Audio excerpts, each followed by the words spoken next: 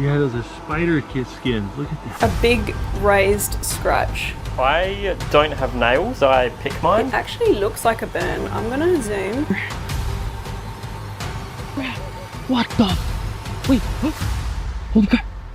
Oh! Must be some big spiders up here. Oh, there he is. Yeah. That's a ball. That is a ball. I heard it bouncing. Ball bouncing around. Maybe just.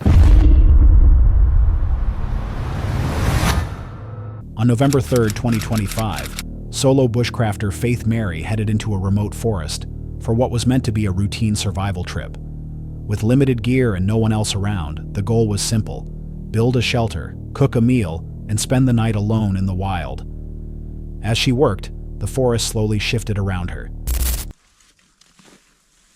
Right now, what I'm going to do is, since I already have this tree, I'm not going to worry about making 2 bases. I'm just going to have 1 base, 3 small trees, rope it up, and then put my tent across it. I will show you guys the process of what I'm talking about. See this tree and this tree? Saw it off. All the twigs. I'm going to saw off all the limbs to the best of my ability, these 2 trees, and then saw off the bottom. And then that'll be 2 of the legs of the tripod. That's gonna take a while.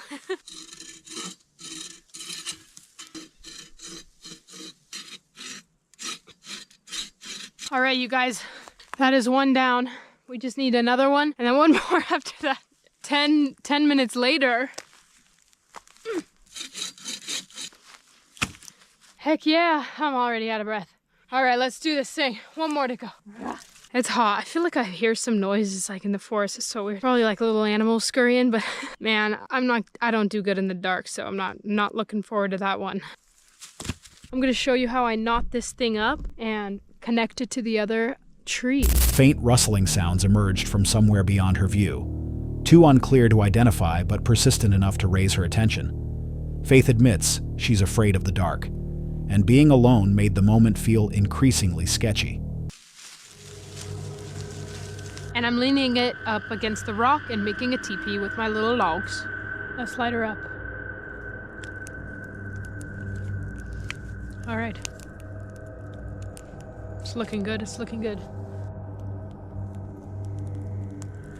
You guys see how it's in a teepee? That way the oxygen can get in there, really make that fire burn. Just check that out. Look at that. I'm like in some survival movie. Check that out. That is toasty. All right, you guys, I'm going to start cooking now. I'm Walter White. Go for laugh, no get. I'm gonna put some butter in first, and then we'll put some more butter in. I love butter. I have salt, garlic, pepper, onion powder, lemon, rosemary, mushrooms, and my steak. The steak was in, had an ice pack in here. Now it is good to go. So I will not get sick, thank goodness. Get just a little bit of butter.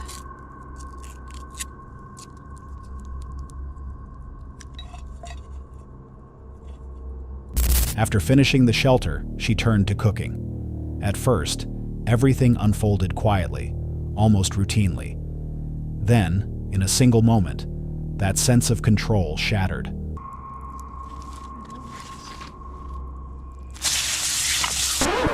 Yeah. This is the moment I knew that I majorly screwed up. Listen, I know you guys are probably thinking, Faith, how could you be so stupid? But I promise I really tried not to let this happen. The butter was off the pan for a while, and it was just one of those freak accidents. People can make fun all they want, but I wanted to post this because I don't want to be that fake, everything's perfect YouTuber. I want to be real with you guys, and the truth is, when you're out here doing bushcraft stuff, a lot of stuff can go wrong.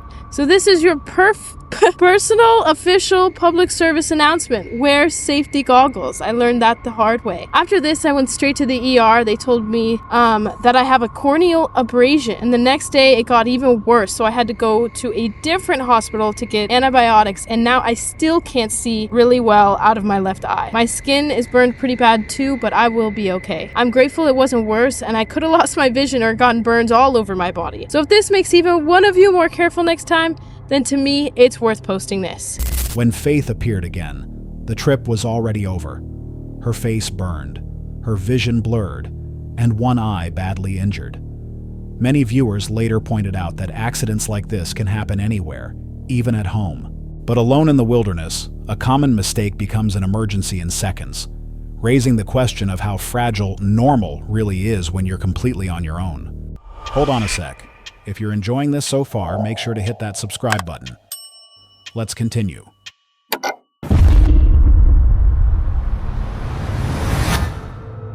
On September 25th, 2021, Luke, creator of the YouTube channel Outdoor Boys, returned to his log cabin deep in the wilderness with his young son. The channel is known for calm, family-friendly camping and survival skills, usually focused on preparation rather than danger. This trip was meant to be routine, simple repairs before winter. But once they stepped inside the cabin, it became clear that nature had other plans. When Luke and his son step into the log cabin, the first sign of trouble appears almost immediately. All right. Let's see. Oh yeah, it looks in good shape. Oh, that's where my flashlight went. I forgot I left it here. Look at these spider skins. They're huge. Look at this. These are where spiders have been molting out of their shell to get ever bigger. Look at that. Here's another one. Spiderkin? Yeah, those are spider skins. Look at that. Oh, must be some big spiders up here. Oh, there he is. I found them. He's been getting bigger and bigger. There's his old skin. Surprise! Oh yeah, he's big. See how we're gonna do this. What? There we go. Got rid of him. Come on, out of our house. Ooh. Yeah. Oh, look, oh, there's another one. There's a. Come on. Out you go. Oh, you found a little baby one? Yeah. Yeah, let's see. It's a little baby one. Oh, I bet there's just tons of them in here. Oh, look at this. What is this thing up here? It is huge. The size of that. It's a chrysalis. It's where a woolly caterpillar turned into a butterfly. Inside the wooden shelter, they discover a large spider still occupying the space, big enough to feel threatening in such close quarters. Luke quickly forces it out, but the discovery alone is enough to unsettle the sense of safety they expected to find. By morning, the forest reveals a different kind of danger. All right, we're gonna be making some pizza tonight. This is gonna be awesome. This is a fun little recipe. Got a little yeast, a little water. We're gonna let it sit for 5 minutes. Once the yeast is activated, then we're gonna knead it in the dough. Yeah, you think that's gonna make yummy pizza? Yeah.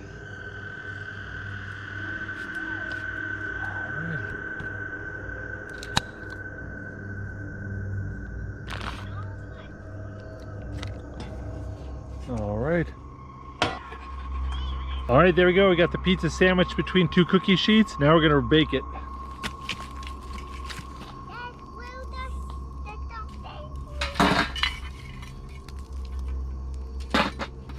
All right, let's see what we got. Oh, that doesn't look too bad. Pizza. Oh, you want to eat that pizza? Yeah. That's just That actually turned out really well. That is all. It could be I'm so hungry, but that tastes good. Oh, that was so good. You like your pizza? Yeah, that's good stuff, isn't it? Are you pooping? You're good. We're gonna sleep right next to me. Boots off, take your boots off. We've got full bellies, we're tired, it's late. I'm gonna get to bed because we've got a lot of work to do in the morning. I'll see you guys in the morning. Well, good morning. We had an okay night's sleep. Got a little cold this morning. And we're gonna get some warm breakfast in us, and that'll help warm us up a little bit. Me and Jake got a lot done today. Look at that. That is a healthy pile of firewood. But two things have happened. One, Jacob's pooped like a bazillion times, and we kind of burned up our entire allotment of diapers. So we need to go get more diapers. And two, Jacob has been saying he misses mommy and wants to go home. Is that right? Yeah, I want to go home right now. I think what we're gonna do is go home, get Jacob changed, let him see mama, and then tomorrow we're gonna come back and finish this project and do some more camping. Does that sound like a good plan? Yeah, and you your camera broke. My camera broke. Yeah, my tripod broke. Look at all those mosquito bites though. You have so many mosquito bites on your face. Whew. And in my eyeballs. And in your eyeballs. Yeah, let's go home and get you a bath, shall we? Well, we're back at the house and it's another day and I'm heading off to the cabin to finish our project, but I don't think Jacob's gonna come with me. And Mama won't let me borrow her baby again if I bring him back in this condition. Look at that. Oh no. Actually, Jacob's got a play date with some friends today, apparently. So he's gonna stay and hang here, and Tommy and Nathan are at school, so it's just Daddy.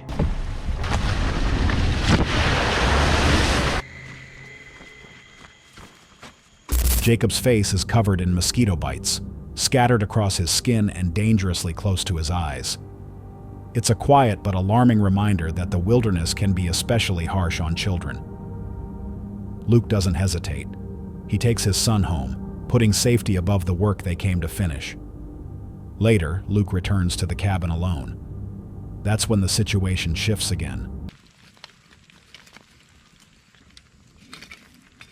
Got a cooked pork jowl and a bread. Boy, this smells really good. There you go. There's the bread. Oh, that's hot. That is so good, but it is so hot. Oh, let's get some butter on that.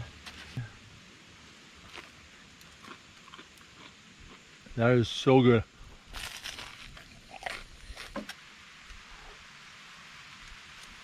It's like salty peppered bacon. If you've ever eaten bacon and thought to yourself, I love this, but it needs to be bigger and fattier, pork jowls might be just your thing. In case you're wondering what pork jowls are, it's the cheeks of a pig, but not his butt, his face. Just trying to enjoy my dinner and the rain gets started for realsies. Gotta get out of here. Oh, well, I guess I'm finishing dinner in here.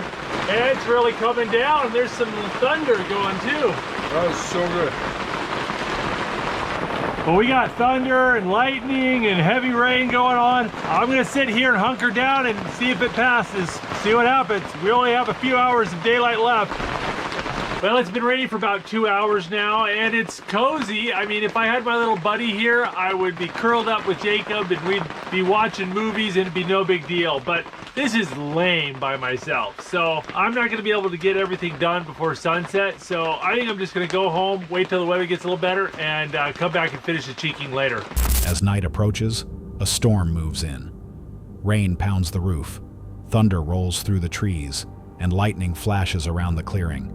Inside the cabin, Luke continues on by himself, the shelter holding firm, but now surrounded by the unmistakable force of the forest pressing in from all sides. Viewers noted that nothing extreme happened, yet the spider encounter, the impact on a child, and the storm reveal how quickly a familiar shelter can feel unsafe.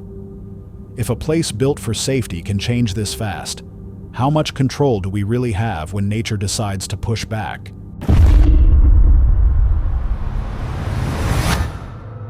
On October 13th, 2025, Amy and her team from the YouTube channel Amy's Crypt arrived at the Garnett House in Kansas. The channel is known for long-form paranormal investigations inside locations tied to violent and unsettling histories. This house had served many purposes over the years, leaving behind stories that never fully faded. Jared, I gotta say, this looks ominous AF. What place do we go to that isn't ominous looking? Nah, it just gives me Velisca vibes though, and you know how I hate that place. Should we go underground first? This place has an underground? Yeah, this is the only place we haven't seen yet. Oh my god. Oh, why the hell are you making us start down here for? I don't know, I just seen it was open and I was like, let's go. Are there even any stories down here? This is part of the Underground Railroad, and apparently people do get activity down here. A long time ago. Yeah, a long time ago. My name's Amy and I'm here with Jared. You haven't been here in a long time, like, you're talking to me, thank you. This is creepy. This is creepy. This kind of gives me like underground areas in like England sort of vibe. We're now moving upstairs into the actual house. As soon as you walk in here, you're greeted with like medical memorabilia, medical artifacts. It's an old x-ray machine. This was a doctor's office. So weird, because I feel like this room should be like the kitchen. There's like sink, microwave. Come here. What do you smell right there? Vomit. Yeah, it's smelly, right? Yeah, I smell vomit. That wasn't like that earlier. Does the smell of vomit normally mean something in the paranormal? I thought it was sulfur. Could just be residual, like, I don't know. It's weird because you've got kitchen here, you've got microwave, sink, fridge, and then there's a doctor's x-ray table. Fits the mood, including the vomit smell. It is a very moody house. I am gonna call out though. So my name is Amy. I'm here tonight with Jared. We call out to anyone in the Garnet house. Love to interact with you tonight. Make a noise for us. Say something on this device in my hand. Was this door like this earlier? Yes. Okay. Can I just tell a story about an experience I had today? We did the interview in that room. I was standing here just listening. I like to stand out of shot when there's an interview going on. And I was drying in front of this mirror right here. And I saw my face change into what looked like a man with no hair and like this black stuff on his face. And it's so weird because Justin, who is the owner of this house and also a fan of Ghost Tips here, was sitting in his car outside and got an image of a man that looked exactly like what I'd seen in the mirror. Just very... I want to stay. You want to stay late? That was like stringing two responses together. Okay, we're gonna be staying late, but what do you call late? We're thinking 3 or 4 a.m. Why do you want to stay? You want to play? You want to hang out with us? We interviewed Justin, the owner, just here. Whilst we were interviewing, a ball was bouncing upstairs as well. We caught that, the sound of it on camera at least, and we were all downstairs. I didn't hear what you said, so yeah. Jared? Yeah. That's a ball. That is a ball. I heard it bouncing. All bouncing around. Maybe just I'm here, ladies. That was upstairs. It sounded right above us. Thank you. Okay. Up there. I have a feeling that this is interesting. If it is, oh, I just got goosebumps everywhere. There's a ball I keep in the attic. I was getting ready to tell you about the axe murderer, and that's where the ball was at. Was in where he stayed, and then this ball comes bouncing out. God, no way. Yeah. Jared? I'm here. That's a ball. What began as a standard investigation would soon take a far more disturbing turn. The investigation begins with Amy and Jared moving through the interior of the house, opening doors and stepping into room after room. As they explore, they discuss the strange reputation surrounding the location and the unexplained events often reported here. The house feels heavy with history, and the tension builds quietly as they continue deeper inside. Upon arriving on location for our investigation, Justin had asked Jared if he could help him unload something from his van. It turned out to be an old coffin containing a skeleton. We're not sure what the home's neighbours must have thought about this, but this was just the beginning of how odd our night would become. Today, I received a call from a lady who wanted to know if I would accept something as a donation. I said, sure, we take a lot of things. She said it's a human skeleton in a coffin, and it was from an Oddfellows organization. This thing is very old. It was the 1800s. It's very likely from a block away is where this building, where this skeleton was found. Very likely that this skeleton person, identified as a young female, has been in this building at some time during its prime. This is her home now. Is that okay that she's here? That was immediately followed by idiot though. So I don't know who you call an idiot. Ghosts have just been like cussing me out like this whole trip, haven't they? Maybe they're just a bit... They're a bit cold towards me. Yeah, well, you have been cold. It's actually hot as tonight, so that's actually also funny. But I was gonna say, maybe the spirits are just warming up to her, you know, and they're a bit unsure. Christina, are you here? What do you think of being in the house? Maybe. Maybe she's not sure. Yeah. I hope you can find your place here. And apparently the mirror right behind her is actually from the original Conjuring house, an original mirror relic. So weird. I wonder if this mirror or this coffin, I mean any of the objects in this house, whether they've got any attachment. I'm actually getting a burning neck, Ames. Like feels burning when I touch it. I think you've got a scratch. Do you wanna... Yeah, hang on. You hold this. You've definitely got a scratch. It's burning. It's a big raised scratch. I don't have nails, so I pick mine. It actually looks like a burn. I'm gonna zoom. It's burning. Whatever it is burning me. It feels burning. Okay, I'm zoomed right in. Jesus, I can see your pores. Zoom out. Okay, but no, Okay. for real, hang on. Do you want me to take a photo to show you? Because it's almost shiny like a burn. Yeah, maybe. It feels I've cut ghost tube. like I've burnt myself. Okay, so... Is that... Can you see that good?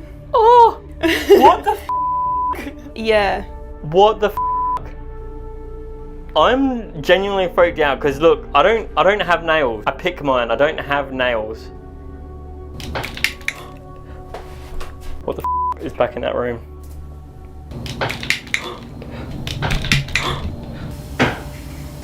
Is there somebody scratching Jared up, making noises in here? You alright? Can I just say, so what happened was, it's really hot right now, right? And I felt sweat dripping. So I just went up and went like this, just to get rid of the sweat. And when I went like that, it started burning. And now I've got a scratch there. So I did touch myself. I did touch my neck, but not with nails, just my skin. I just went like that to wipe sweat off. Yeah, that looks like a legit scratch, like a stereotypical paranormal scratch. I don't know, I haven't seen it on you. I don't know, that's weird. It's burning though, like it doesn't feel like a scratch. It looks like burning. A burn. Show me one more time. It was hot. Alright. That is so weird. I definitely haven't scratched myself. After spending time inside, the situation changes abruptly. Jared suddenly feels an intense sensation on his neck, hot and sharp, like a sudden burn. When Amy checks, a large scratch is already visible. The mark appears red, swollen, and clearly fresh, forming without any visible cause. The tone of the investigation shifts instantly. Jared states that he could not have caused the injury himself. He explains that he doesn't have fingernails, making it impossible for him to scratch his own neck in that way. The explanation doesn't resolve anything. Instead, it deepens the uncertainty surrounding how the mark appeared. From that moment on, the atmosphere inside the house feels different. The space grows heavier and more oppressive, as if the incident itself serves as a warning. What began as an exploration now feels like an interaction the house is no longer willing to tolerate. Some viewers believe the mark may have a natural explanation, while others focus on its timing and sudden appearance during the investigation. If a location can leave a physical mark without being seen, when does investigating cross into something more dangerous? On October 19, 2025, Norley, the creator of the YouTube channel Itchy Boots, known for solo motorcycle journeys through remote and politically sensitive regions, rides through the mountains of Afghanistan. What begins as a quiet ride between distant villages slowly shifts as isolation replaces familiarity, and the road offers fewer ways back.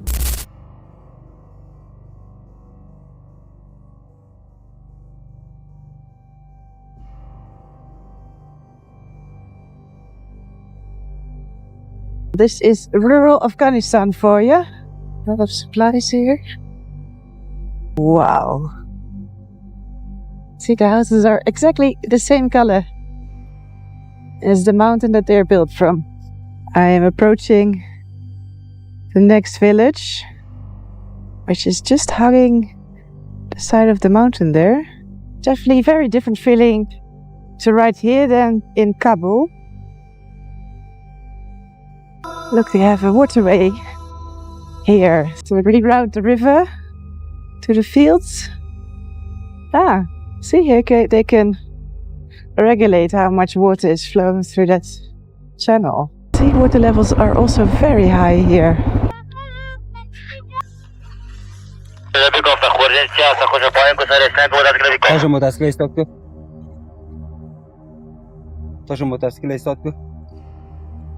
کسایی که اینجا گردش میکنه خب من ناس بیا تا اینجا خود چک بکن یا چک تو نداره Salam alaikum. سلام علیکم زن رولی کان سکین نگیر یک سال فارسی دور نداره یا گردشگر است ها یعنی جایی که میره آزاد است دوربین داره Salam alaikum. و علیکم سلام خوب هستی بخیری How are you? I'm fine, how are you? What is your name? Norali. Norali. What's your last name? Schoenmaker.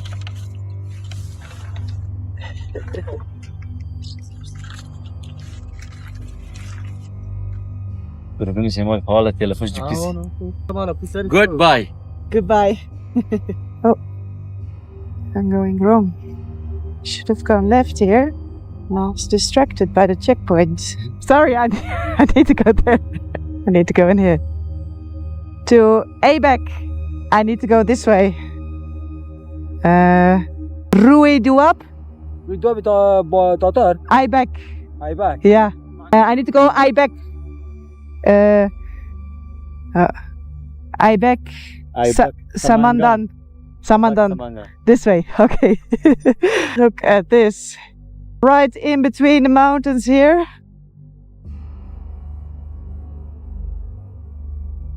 That was Taliban. Norley rides on as the villages fade away. the road grows narrower, and the feeling of isolation quietly sets in. As she moves deeper into the mountains, a checkpoint appears ahead. She slows, stops, and calmly presents her papers. The exchange is brief and controlled, but it reinforces a clear reality here. Every journey is observed, and every passage is conditional. This might be the beginning of the climb, I'm thinking now. You can tell that when this gets wet, it's very messy. But I am lucky, it's all dry. See, suddenly all the green is gone, and it's just naked mountains. Still climbing? Okay. Come on, Frankie. You got this.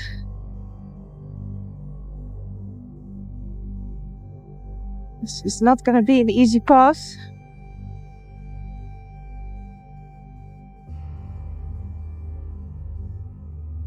Some donkeys coming. Maybe I'll wait for them, otherwise I'll meet them right in the corner. Salam alaikum. How are you? These are no easy hairpins.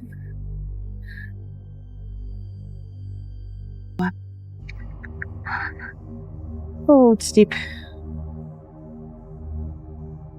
Not there yet. Still very far up. Oh, it's so steep. Probably can't tell, but it's steep.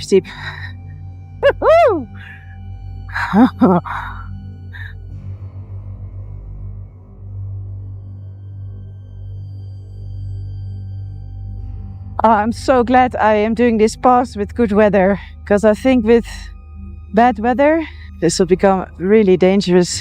Beyond the checkpoint, the road climbs into steep mountain passes. Loose dirt, sharp turns, and exposed drop-offs demand full concentration. Norley carefully guides the bike forward, aware that this terrain offers no margin for error. A petrol station here. Although I don't need to fill up. I'll easily make it on one tank. It also seems to be out of order. It's a tank. With a guy with a rocket launcher.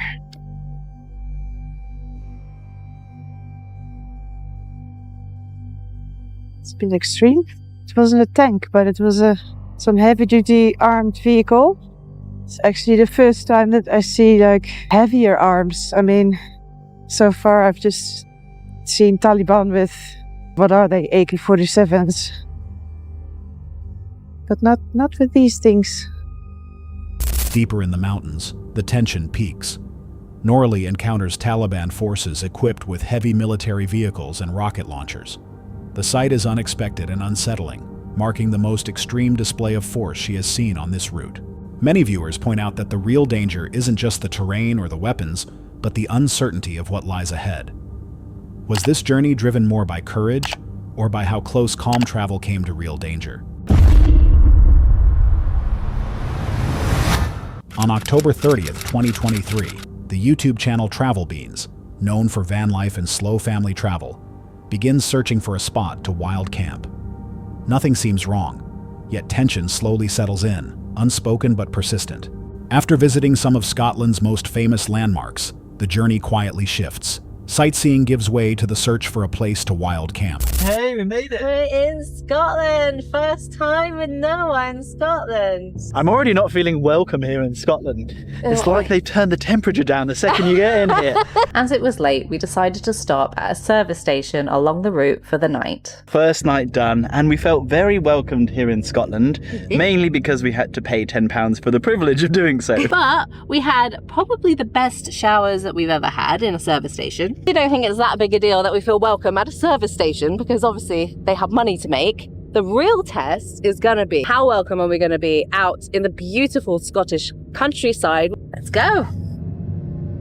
to Loch Lomond. The plan is to wild camp tonight, so we are on the lookout for a really great park up spot. We use the app Park for Night, and I'm filtering it by places that are surrounded by nature, and we've got this one here right next to a loch, but also it is right next to the main road. It's very, very loud. Yeah, it's pretty though. Unfortunately, I think this one is going to be a no because it is too close to the road, and we have had a bad experience with this in the past. We headed further away from civilization in search of the perfect spot. Look at this place! Oh, wow! Oh, Scotland, you beauty. We have found our spot for the night. We always say on this channel the camera never does justice to what we're seeing, and this is another example of that. Several beautiful spots appear. They look convenient, even inviting, but feel too exposed. The thought of locals honking horns in the middle of the night is enough to keep them moving. Driving deeper into quieter territory, they eventually find a secluded parking area by the water. It feels perfect, isolated. Exactly what wild camping should be. That feeling fades quickly. There is always going to be people letting the side down. We've got a fire pit, which I'm not sure if that's strictly legal or not, but what I do have an opinion about is taking a and leaving it there. So let's have a chat. Why do we not feel welcome in Scotland? This is the only place that purposefully we have been woken up by locals beeping at us. Which is why we try and find places off the main road. A lot of locals do not like camper vans for reasons like the poop that's outside. At the end of the day, the problem is that there are bad eggs letting the side down for the rest of us. There have been reports of things like littering, parking in the passing places, emptying grey waste on the side of the road, sleeping in inappropriate places like graveyards, ignoring no sleeping signs, and just being generally bad drivers. I think that, along with the growing popularity of things, has just been the perfect cocktail to create so much havoc that the locals just end up hating all of us. As we gave an interview a couple of years ago with a newspaper explaining about the NC 500 and why the locals don't like it, there is kind of an infamous Facebook group where the locals basically just hate on all van lifers that come through the area. They posted about us and came at us. It is particularly upsetting when we make such an effort to leave no trace, to be as respectful as possible. We also completely understand why people would be so upset with these kind of horrific behaviors like we listed before, but it really is a few bad eggs. But as a community, I don't think the majority should necessarily ignore the minority in this, and like, it is a real issue what is going on. At the site, they notice what others have left behind: rubbish, paper, human waste. The beauty remains, but it's damaged. Here, the reason behind local resentment becomes clear. They talk openly about the anger toward van travelers. Recall being insulted by a local Facebook group where all van lifers were treated the same. The next morning, the journey continues. Nothing stops them, but something still lingers. The fear here isn't an event, it's a consequence. A quiet reminder that repeated disrespect can turn even the most beautiful places into silent warnings. When no one confronts you, but the land itself feels uneasy, is that still a welcome? Or is it the last sign that something has already gone too far? On November 8th, 2021, Kyle and his team from the YouTube channel Stromedy, known for staged horror and scare challenges, enter an abandoned tree fort near the Capilano Suspension Bridge in Vancouver, Canada. High above the forest floor, the location itself feels unstable, quiet, exposed, and hard to escape. Okay guys, we are now approaching what's called the Cliff Walk, which is actually a certain pathway that you need to take in order to get onto the suspension bridge. That does not look safe. Well, exactly, Cameron. All right, let's go, let's go. Do you think this is gonna hold all of us? We're going like underneath the freaking dock. We have to walk across that in order to get to the bridge. Yo, that's crazy, Kyle. Yo, let's go, guys, let's go. Holy crap, this is so freaking skinny. Stromedy Squad, keep your eyes peeled for clowns. We know they're very vibrant and easy to spot. This is freaking insane right now. Look where we are, guys. We're making progress along this crazy freaking cliff walk. Holy crap, look, we're literally just being held up by these two metal rods right there. Everyone just take it easy on your feet. We don't want this thing to freaking collapse. Kyle, I'm really scared. Oh my god, what? It's taking us up along the side of the cliff now? Even higher. What the frickin' heck? Guys, remember, we heard that frickin' clown over on the other side, so just... I feel like this specific cliff makes their noises echo, so you'll never know what side they're really coming from. Yeah, you know what I'm saying? It sounds like it's coming from all around you. Okay, guys, I think the suspension bridge is up here. Look how high up we are right now. The bridge has got to be somewhere, like, right up there. Whoa, what the hell is this place? It's almost like they're trying to welcome you here so that they can sneak up on you. There's something about lights, though, that just make it seem a lot more like a circus. Yo, it's starting to take us down now. I think the bridge could be somewhere up there. Oh, wait, I'm seeing it again. Okay, let's go. Yo, I think this is the entrance to the bridge right here. We're actually heading onto the bridge right now. We found the freaking bridge. Yo, this is the one that takes us across over to the other side. Yeah, there's a lot of people, bro. Do people know the threat of this? Of what lingers on the other side? Look at this, guys. Look how far of a drop that is. Guys, we're almost there. We're halfway right now. Come on, let's go. Okay, and Stromedy Squad, we officially made it over the bridge, and we're now on the side that clowns actually took over many, many years ago, guys. This is especially where we want to keep our eyes peeled because we're actually in what used to be the clown territory now. So, wait. You guys heard that? You heard that? I did. Yo, It sounded like it came up from up there. Yeah, it sounds like it's coming from like above us. The group moves across suspended walkways, surrounded by height and open space. There's no clear ground beneath them, only narrow platforms and gaps that force slow, careful movement. As they push deeper into the tree fort, the environment grows heavier. Sounds echo through the trees, hard to trace. Jokes fade. Attention sharpens. All right, guys, we're heading up to the top of the fortress now. We're actually gonna go into the tree forts. Oh my god. We're literally up in a platform in the sky, and it literally runs all the way down there. Hard to believe that clowns once controlled this entire area. We are literally on the hunt to find any clowns in the area and capture it on camera. We've been looking now for about 30 minutes in this abandoned tree fortress. Wait, guys, wait, you see that? Wait, it looks like a clown over there. Get closer, get closer. Wait, what is he doing? Let me get a better view of this. Look at that. Oh my god, I think that's one of the clowns that fought in the conflict. See, I knew this place wasn't empty. I knew clowns lingered here still. Below the wooden structures, a figure appears. A clown standing in the shadows. It doesn't rush. It watches. The distance makes it unclear, but the presence alone changes everything. Wait, yo, this path comes all the way up here. If he starts coming up these stairs, we gotta run. We gotta make a run for it. Yo, look at his face. Oh my god, he's looking this way. Guys, get down. Get down, get down, get down, get down. How do we get past him? Yo, look at him. What the hell's he doing? God, yo, wait, guys, get down, get down, get down. Holy crap, yo, look at this freaking clown, guys. What the hell is he doing? He's definitely like patrolling the area, like making sure there's no humans in the area. Wait, oh my god, he looks so mad. Guys, stay down, stay down, stay down. Oh, holy crap. Oh. Oh my god, yo, run! He's behind us! Right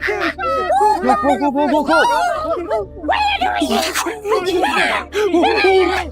Run up, guys! Run up! We're almost there! We're almost at the tree top! Okay, up the stairs! He's right there! We gotta lose him! We gotta lose him! He's coming around the tree! He's coming around the tree! Watch out! Okay. I dropped my camera! Come here, you little shit! Behind us! Right there! The group attempts to move quietly, but the figure reacts. Voices rise. Movement becomes rushed. In the confusion, a camera is dropped.